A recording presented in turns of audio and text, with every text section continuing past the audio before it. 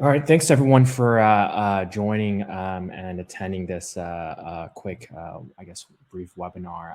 What I really want to talk to you guys about today is pre-qualification and how to pre-qualify smarter, take control of your pre-qual, and make it work for you. Right. So my name is Yuhan. I head up one of the co-founders, and I head up our clients' service and success groups here at Compass. So essentially, what we do here is we facilitate pre-qualification for the general contractors. However, very different from any other pre-qualification vendors, we also provide a lot of benefits to our subcontractor clients and partners as well. So, going right into it, a lot of you, I guess, when you hear pre-qualification, it's not necessarily something that's very exciting to talk about. And I think part of that is because of how traditionally pre-qualification has kind of been brought to the subcontractor community. We like to think of it as going to the dentist, where nobody really enjoys it, but they understand they have to. And what we're trying to provide as Compass and our sublet pre-qualification initiative is similar to, the TV screen or the music or the glasses that you wear at the dentist that, ideally makes it a little bit more your experience through pre-qualification a little bit more manageable and, allow it to kind of work for you. So what is pre-qualification and why does it occur? A lot of the times with our general contractors, they utilize insurance to ensure the project goes as smoothly as possible. So part of this, there's really different options of these performance insurance, such as surety and bonding, and as well as subcontractor default insurance. And what the insurer does is they actually require the general contractor to go through a vetting or due diligence or background check of these subcontractors and the entire supply chain to ensure that they're choosing strong. The general contractors are choosing strong subs, and in a way that they're kind of self-governing themselves to ensure that there are minimal losses as all parties are aligned here. A lot of the times the general contractors do prefer pre-qual and do prefer sub default insurance. And the reason behind that is it gives them a little bit more flexibility and control over the resolution. So if there was a potential claim or bankruptcy, or the sub doesn't show up, or the work isn't up to par, then they can themselves resolve the pre-qual or resolve the issue rather than in the surety and bonding world having to incorporate a third party to come in to resolve it based off of whatever is I guess cheaper or easier for the surety company. And the outcome of this pre-qualification really is a multitude of things, right? So it's either you're approved or you're awarded the actual job, or it could also be that you're qualified to a certain amount. So I'll walk you through a typical pre-qualification flow. It starts at the GC level over here, where there's an initial request for pre-qual. The subcontractor would then click into, usually it's either another pre-qual vendor that the general contractor utilizes. It could be Google Forms. It could be their own proprietary system that they built that a lot of our larger general contractors have chosen to build. But ideally, the subcontractor at this point in time will provide their business, financial, health, and safety information. And then the general contractor, usually the risk team, would actually look at and assess this information and assign you a single and aggregate limit. So what does this mean? The single limit is the largest job that the general contractor is able to provide the subcontractor. And the aggregate limit is the total backlog or the total amount of exposure at one point in time that the general contractor can give to the sub. So this, a lot of the subcontractors that we talk to, their main concerns are, where's the financials going? Is it going to be utilized to maliciously, or is it going to be utilized in the negotiations on the pricing side of things? And rest assured, the way pre-qual is dealt with is it's really a separate team within a general contractor that looks at this information, and all they're gauging and I guess assessing is the maximum contract size or the capacity or the expertise for the certain job at hand. There's a various different ways that prequel is done. And again, part of the reason why it's so fragmented for the subcontractor community and why you have so many prequels and different processes, different timelines, is because the insurer doesn't necessarily define prequel on that. And each general contractor is kind of left to their own to, design, define the process, the data requirements. Everybody has their own form. And again, this is something that we're trying to promote, that subcontractors should take more control over this pre-qualification process and not be so reliant on what the general contractor chooses. So similar to another process within pre-construction is the bidding side of things, right? So a lot of these general contractors utilize bidding platform to send the invitations out, to give you access to the files, to the drawings, to the specs, and to the scope of the work. And each subcontractor would then utilize their own system. Very rarely do they utilize what the general contractor requests as a technology choice, but a lot of the times the subcontractor chooses to either give the GC a call with their price, or maybe it's through email, or maybe it's through another technology that the sub has chosen.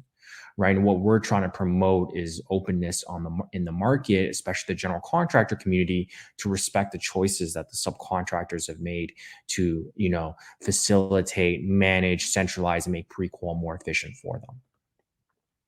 So looking into a bit of the market trends. So, really all these 3 points kind of allude to one conclusion, that pre-qualification isn't going anywhere. And if anything, it is actually increasing in demand, right? Where the growing population of prequal. I think technology over the last, 10 or so years have made it very easy for these general contractors to facilitate prequal, right? That if it's easier and more attainable, potentially smaller general contractors that aren't required to do this for the insurance purposes or requirements, that they're also adopting pre-qualification processes just as best practice for risk management, right? So the whole idea of identifying, mitigating, and putting in risk mitigation plans, a lot of these general contractors through software, is making it easier for them to adopt. And ultimately, what that means for our subcontractor partners is you're going to have more prequals being sent to you at, the 11th hour on a job that you're supposed to be on, tomorrow. Right. And now, even though they say it's only going to take a few hours to complete, that a lot of the times, because you're requesting business, financial, health, and safety information, getting all that pieces, into one place, into one platform, it can take days, if not weeks. The other point, again, with pressures from owners and insurers, there's really this, upward pressure that, of, owners, insurance, and insurers to, push down pre-qual and risk management. And, with these new growing ESG requirements, ESG stands for environmental, social governance, diversity, that there's really a lot more requirements and questions that are being asked in this pre-qualification process, that ultimately does not, maybe it's not more forms, but each form is now going to be longer and longer than ever.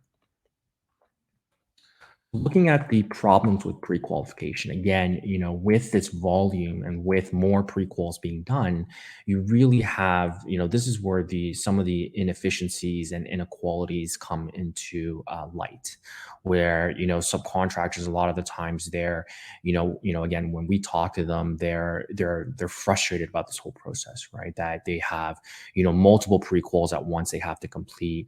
All the questions that these general contractors are asking are very similar, but they're similar, but somebody asks it maybe in a percentage, where somebody else asks it in a number format, right? Or somebody might ask in a bucketed response, yes or no. So really, there's a huge repetition and duplication of effort on the subcontractor side just to fulfill these requirements.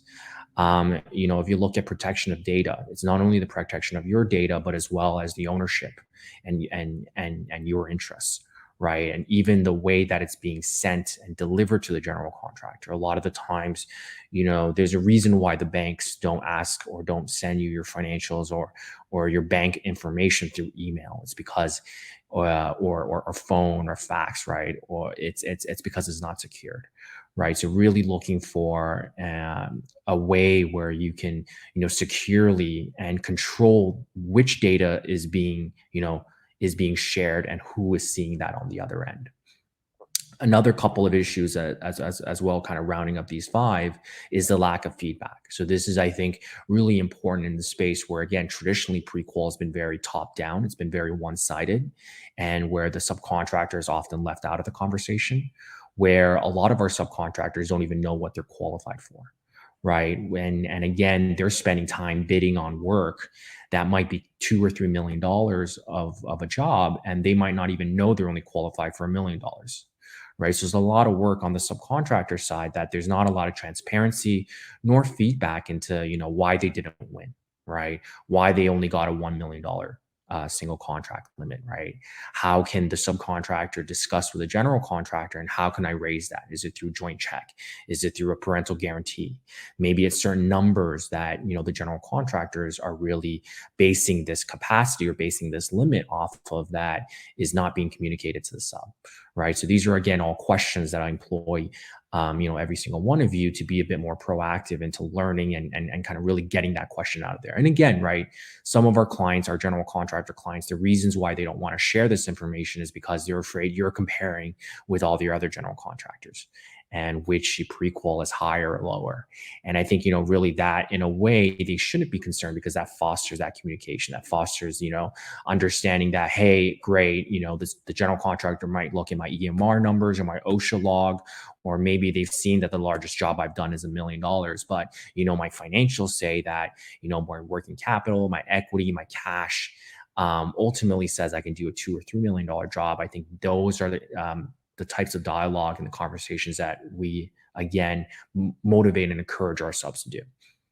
And finally, it's the timeliness of data, right? So as you guys all know, certain financial information, backlog, your bonding capacity, those are point in time information, right? That could change the next day. And, one knock on pre-qualification is it's often backward looking. You're often looking at financials that are multiple years old. And at one point in time, again, usually these pre-quals are done when a project is started. And that could be, potentially, if the subcontractor's financials aren't available yet, you can be looking at, general contractors making these assessments and decisions based off of 30, 32-month-old data, right? Where the subcontractor can have a totally different, outlook, growth trajectory, reduction of risk. All of this is not being kind of considered in this review. Specifically from April to June, a majority of subcontractors have their data expire. So this, I think, is a relatively new concept for subcontractors where, again, as I repeat myself, in the past, the subcontractors, you are always waiting for the request to come in, right? Where you're reacting once the general contractors requested something. And again, what we encourage and motivate our subcontractors to do is, as soon as your data is available, and that by definition, what does that mean? It's usually about 4 to 6 months after your financial year end, where your accountants or when your internally prepared statements are ready to go. And at that point in time, we really employ our subcontractors to, complete the pre-quals and send it to your general contractors in a time known as the Great Expiry. So really, the Great Expiry, we have about 70% of our subs in our sub clients that have a December 31st year end, which means about April to June, this is when financials are available, and that we're, again, communicating and educating the marketplace that this is when you should do your prequal. This is where you should update your information. And again, through Compass, you update it once, and you are able to share it with whichever general contractors or whichever data requests within the next 12 months.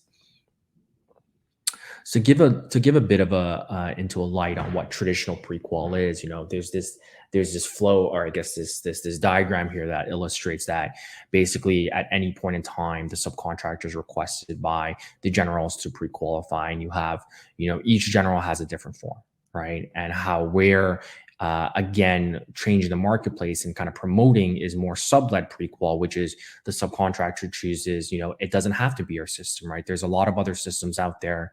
We provide our standardized prequal, the one form, for free, right? So this is actually something that we provide to all of our subcontractors. You can download it on our website. We've done the hard work in convincing the majority of the marketplace to adopt one standard universal prequal. And through this, again, right, you're providing your information in once at the time when your data is available. And then any requests in the next 12 months, you're utilizing Compass or a standard prequel to satisfy those needs.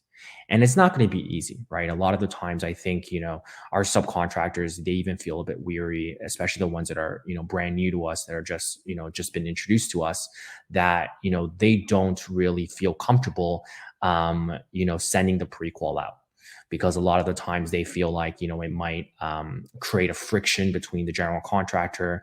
But, at the end of the day, these general contractors, you're only one of their prequels they have to do out of thousands of subs, thousands of live contracts, thousands of prequels, right? So really the way we're trying to motivate and encourage our subs is that, your information is already in here once, right? We've helped you verify, we've helped you, given you feedback on how to improve your Q score, which is our proprietary scoring system. We help you improve your prequal. And through one enhanced prequal package, now you know that every time you send it out, you're putting yourself in the best position to win larger jobs and to be qualified for larger work, and really grow with that general contractor. Again, we've this one form. It's kind of an annual revision where we go out to our subs to start, where we ask, hey, subcontractors, what are the questions you hate answering the most, right? What are the questions that seem innocent, but it's taking you weeks on end to compile that information for the generals?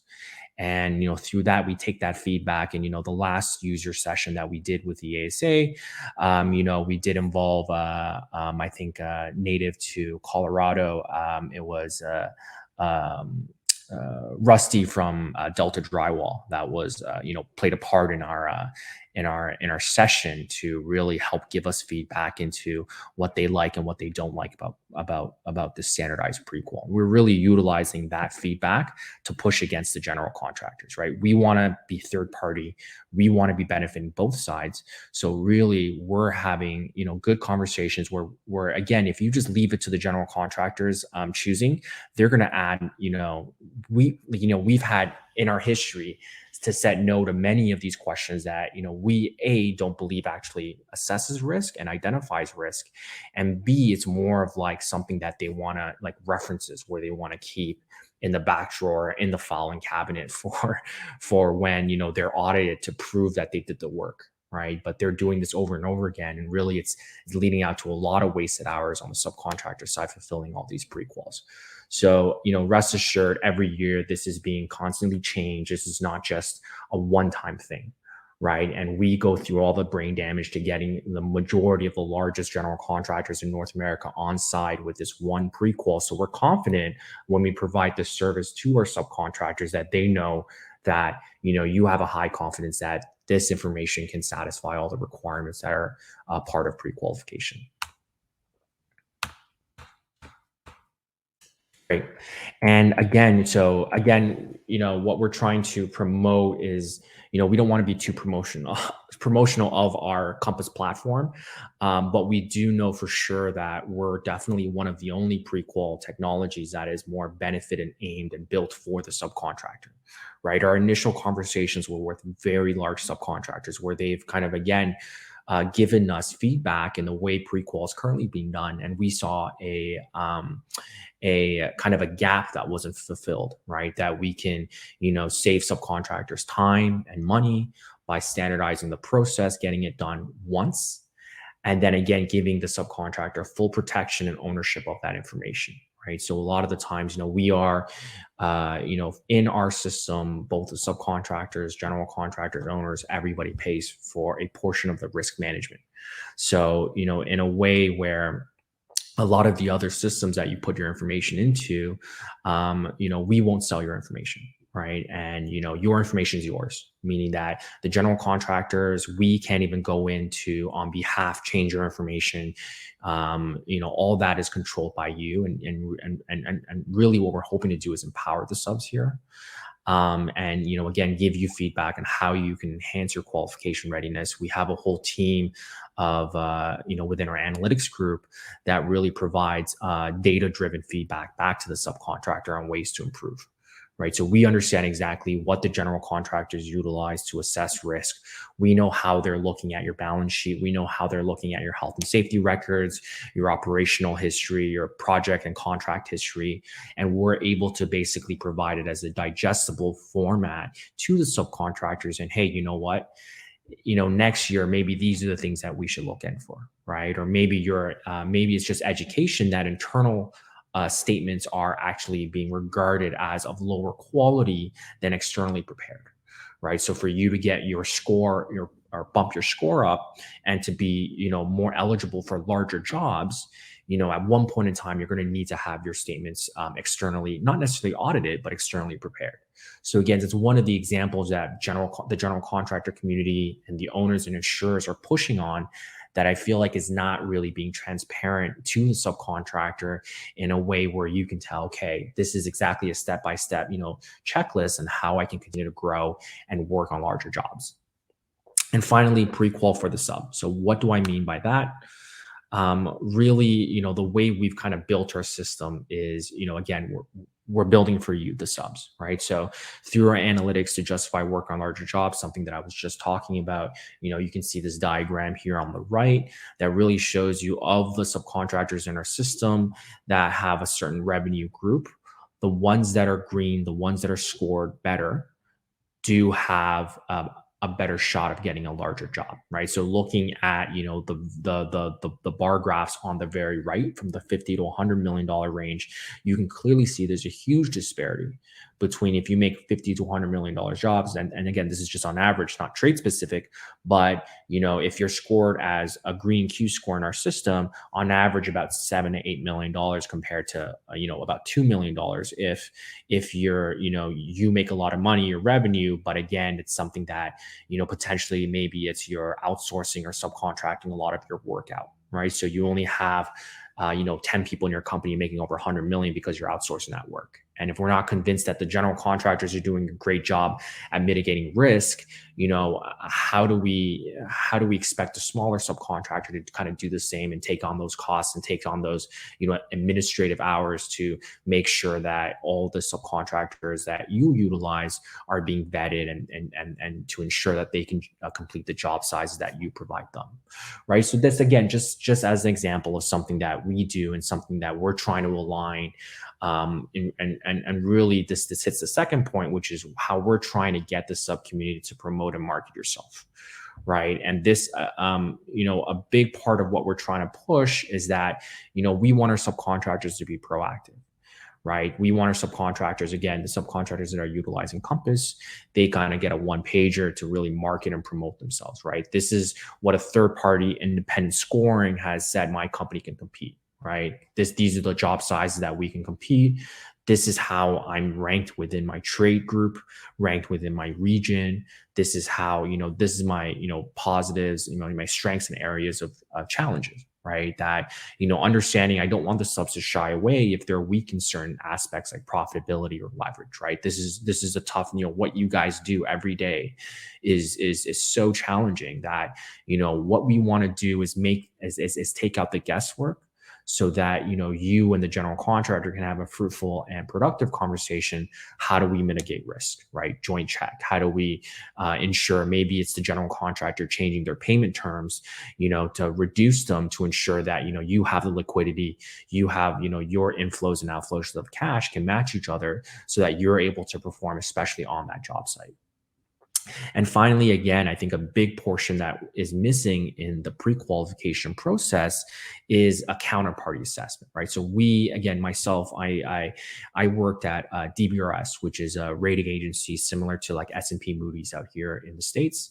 And what I was responsible for doing was assessing and basically the credit worthiness of these large companies. And based off of our score, our rating is how these companies are priced in debt.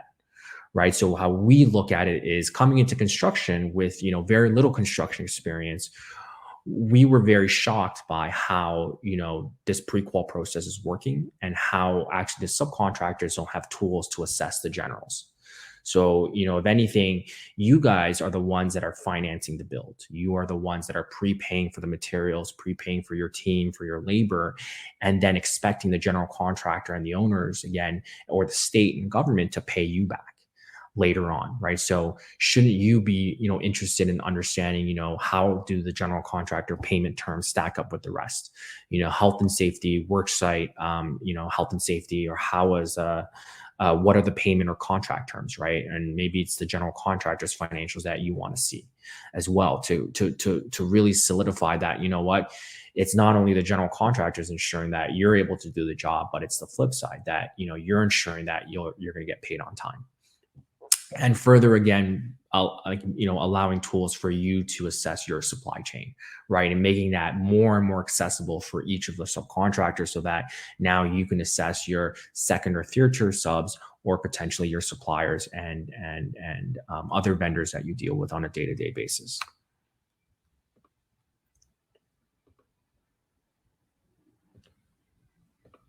So what's in store for the future, right? I think, where we're positioned right now is, again, we want to continue to build for the sub community. That we think that there's a lot of inequalities and inefficiencies where pre-qualification right now, and again, it's not really anybody's fault, right? It's just been, the technologies these days have really only really addressed one side of the market, the general contractor side, making their lives easier and easier. And again, potentially at the expense of the subcontractor. And that's kind of something that we believe in, elevating the entire marketplace and not, really choosing favorites, or not, listening over one person's advice, and really trying to be that independent third party.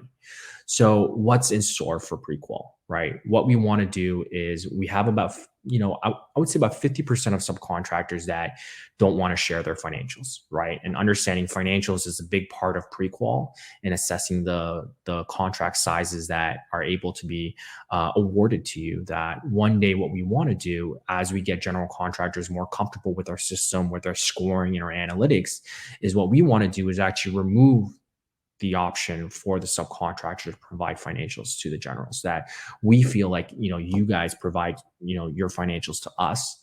We'll verify it. We'll assess it. We'll give the general contractor exactly what they need to feel comfort and confidence, still awarding the job, knowing that you can complete the job or the contract of that size. But this way, we're keeping your data secure. We're keeping your data private, and we're facilitating Prequal without this historic huge data request that's then being sent to the general contractor, where really it's hard for you to control who sees it and what it's being used to do. The other thing that we want to attack is cheaper and more access to financing and surety, right? So we're actually seeing it ourselves. We have a couple Bay Area subcontractors, large electricals, that are really utilizing the Compass scoring, utilizing our analytics to promote themselves to get cheaper surety. And especially in the financing world, where, I've worked with banks in the past where, they've kind of taken a look at construction and they put it at the highest risk bucket, because traditional credit metrics, they do not support the subcontractors and your financials, right? Understanding that actually it makes sense for subcontractors not to have cash on hand or working capital, that any cash that's sitting in the bank is not, being utilized to again, help you grow and make more money. Right. So again, traditional credit metrics are not really that geared towards construction. And this is something that we want to provide to say the differentiating, there's not a lot of default in construction, right? There's not a lot of bankruptcies in construction.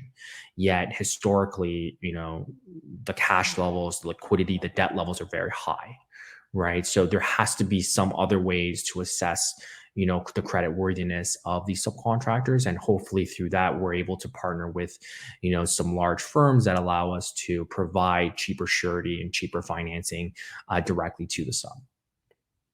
And I think the last real point that I want to focus on is quality-based selection. This is kind of the last point of the presentation. That again, coming into the industry, we were kind of shocked and taken aback at that. A lot of the times, and I know this is not always in every case, but a lot of the times it's always lowest bid wins.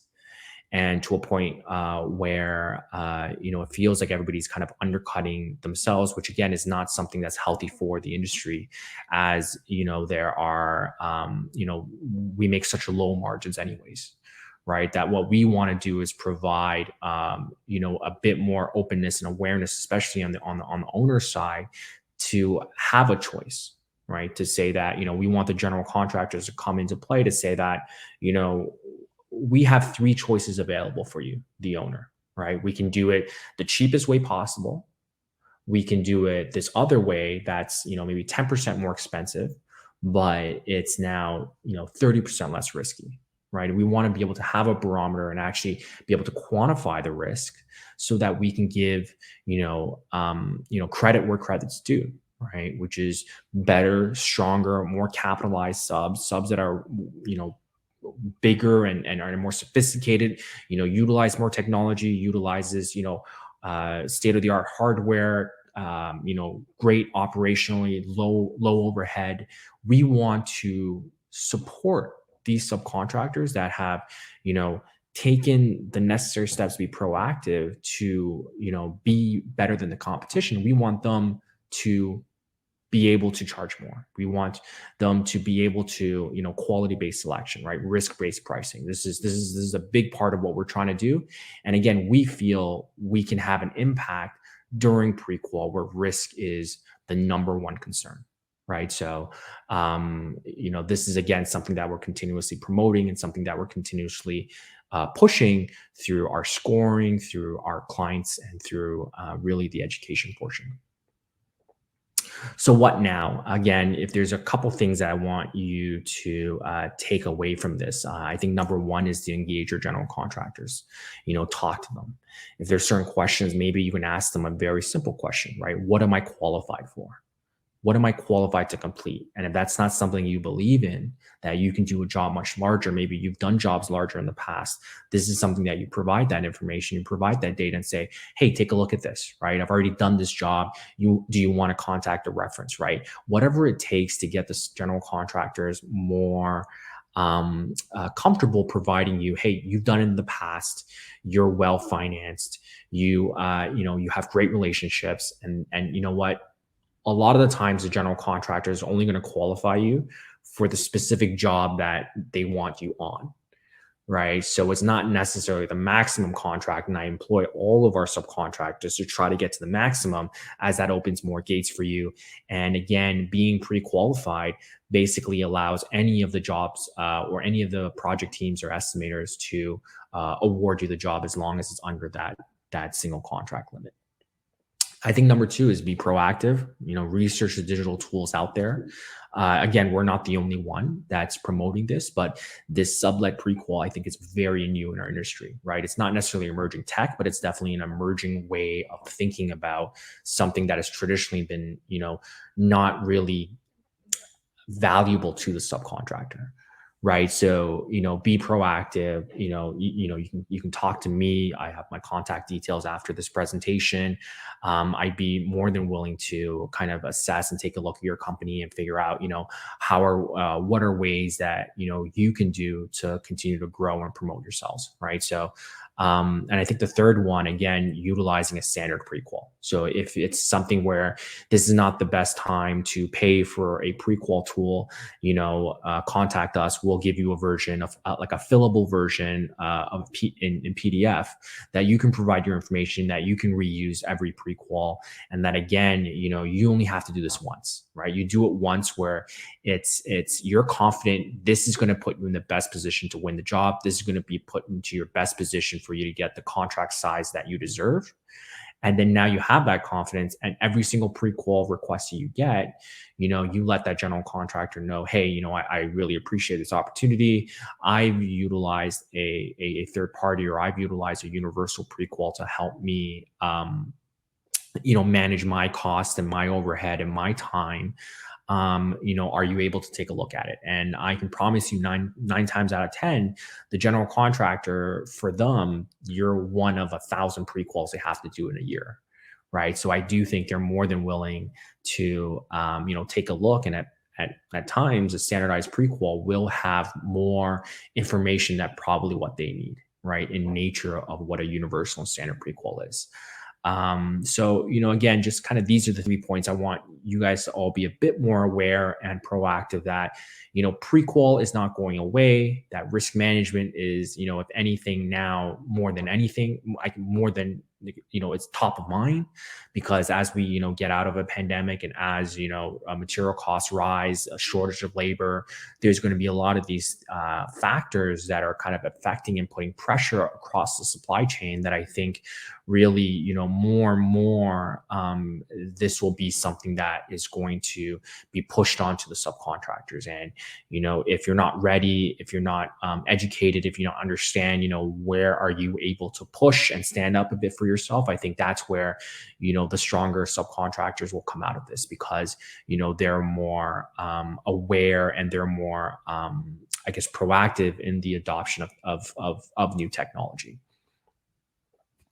So again, my contact information can be found here. Again, thank you all for sitting through this recording. I know it's a lot to go through, and there's a lot of topics and areas of focus that I want to cover that I probably didn't go into as much depth. If you do want a demo of our platform, or just even learn about how Prequal can work for you, do feel free to contact me via my phone or my email.